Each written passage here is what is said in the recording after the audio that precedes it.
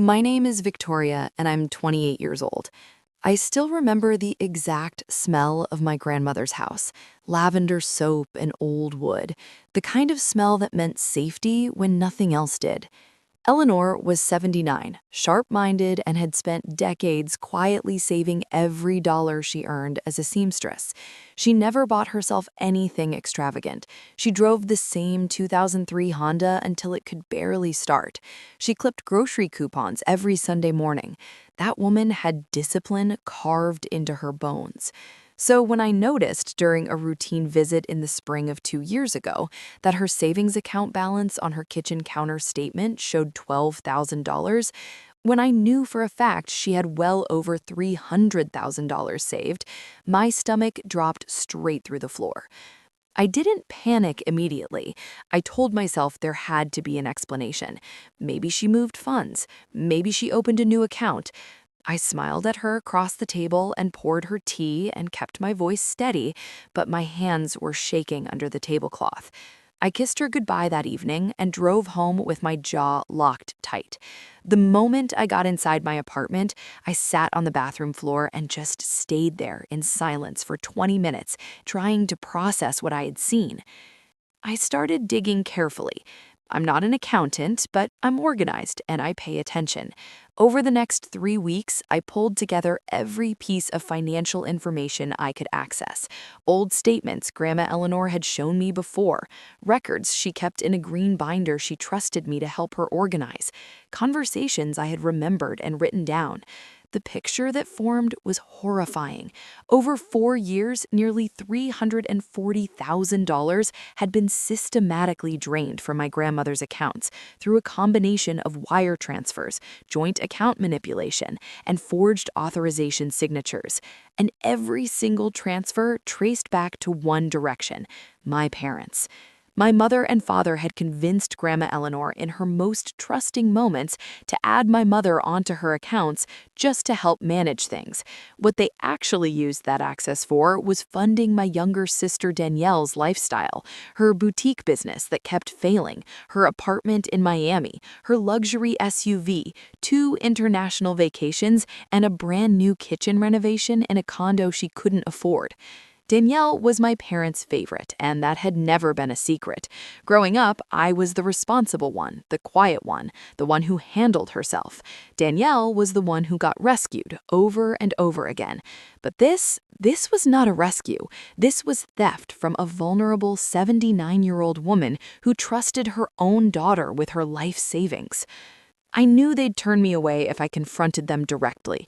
They always found a way to twist everything into me being difficult, jealous, dramatic. So I stayed quiet. I kept visiting Grandma like normal. I kept showing up to Sunday dinners like nothing had changed. I smiled at my mother across the table while she talked about Danielle's new marketing strategy, and I nodded at my father while he poured wine and laughed at his own jokes. And the entire time, I was recording. I had done my research. I knew my state permitted single-party consent recordings. Every phone call where my parents referenced the transfers or Eleanor's accounts, I recorded it. Every conversation where my mother casually mentioned borrowing from Grandma's fund, I recorded it. I built a file that grew thicker every week. I wasn't going to confront them. I was going to bury them in their own words. I flew 14 hours to Hawaii when I found out they were all celebrating Danielle's engagement there, knowing they would try to turn me away at the wedding. At the hotel, my dad looked me dead in the eye and said, "You're not walking into that church." I smiled. "I know," I told him quietly. "I'm not here for the wedding." The look on my father's face in that hotel lobby stayed with me the entire flight back home. He thought I had come to cause a scene, to cry, to beg for inclusion the way I had done as a child, when they chose Danielle over me at every turn. He did not understand that I had spent 14 months becoming something entirely different, patient, precise, and finished with being invisible. I had not flown to Hawaii to crash a wedding. I had flown there because I needed them to see my face one last time before everything changed. I needed them to remember that I had been standing right in front of them, and they still underestimated me completely. The moment I landed back home, I made the call.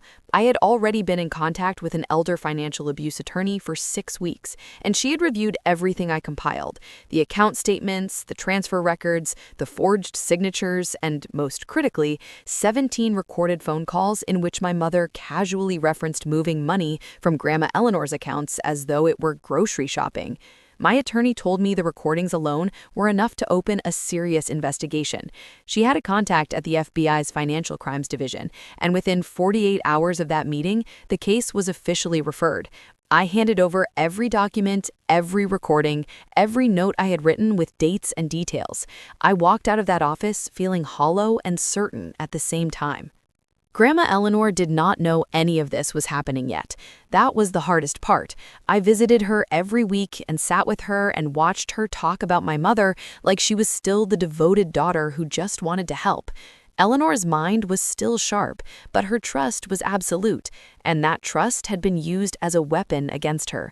I held her hand and listened and told her she was loved because she was, and because I could not yet tell her the full truth without risking her tipping off my parents before the investigation was complete. Keeping that secret from her was the heaviest thing I have ever carried. 3 months after I made the call, federal agents showed up at my parents' front door on a Tuesday morning. My mother called me 20 minutes later, screaming. She said I had destroyed the family. She said I was jealous of Danielle. She said everything she always said when she needed to make me feel like the problem. I let her talk. I did not raise my voice once. When she finally stopped, I told her calmly that I hoped she and my father had a good attorney, and I ended the call. That was the last conversation we have had. My parents were formally charged with elder financial exploitation and wire fraud. Danielle, after her own interviews with investigators, was found to have knowingly received funds she understood were not legitimately available. The legal process is still ongoing, but asset recovery proceedings have already begun on Grandma Eleanor's behalf. When I finally sat down with Eleanor and told her everything, she was quiet for a long time. Then she took both my hands in hers and said, "She always knew something was wrong, but could not bring herself to believe it. She cried, I cried. We sat together in her lavender-smelling kitchen for 2 hours and did not need to say much after that. Mom texted me a week after the charges became public. Just 4 words. What did you do in Hawaii? I read it once, set my phone face down on the counter, and went back to making dinner. She still does not fully understand that Hawaii was never the moment. The moment had been building for 14 months, in silence, one recorded conversation at a time. I am not sharing this story for sympathy. I am sharing it because elder financial abuse happens inside families every single day, and the people closest to the victim are often the ones least willing to act. I acted. Grandma Eleanor deserved someone who would. If this story moved you, if it made you feel seen or gave you the courage to face something difficult in your own life, please subscribe to this channel. Every subscriber tells me that these stories matter, that real voices deserve to be heard. Hit that subscribe button, turn on notifications, and stay with me, because I have more to share, and none of it is easy, and all of it is true.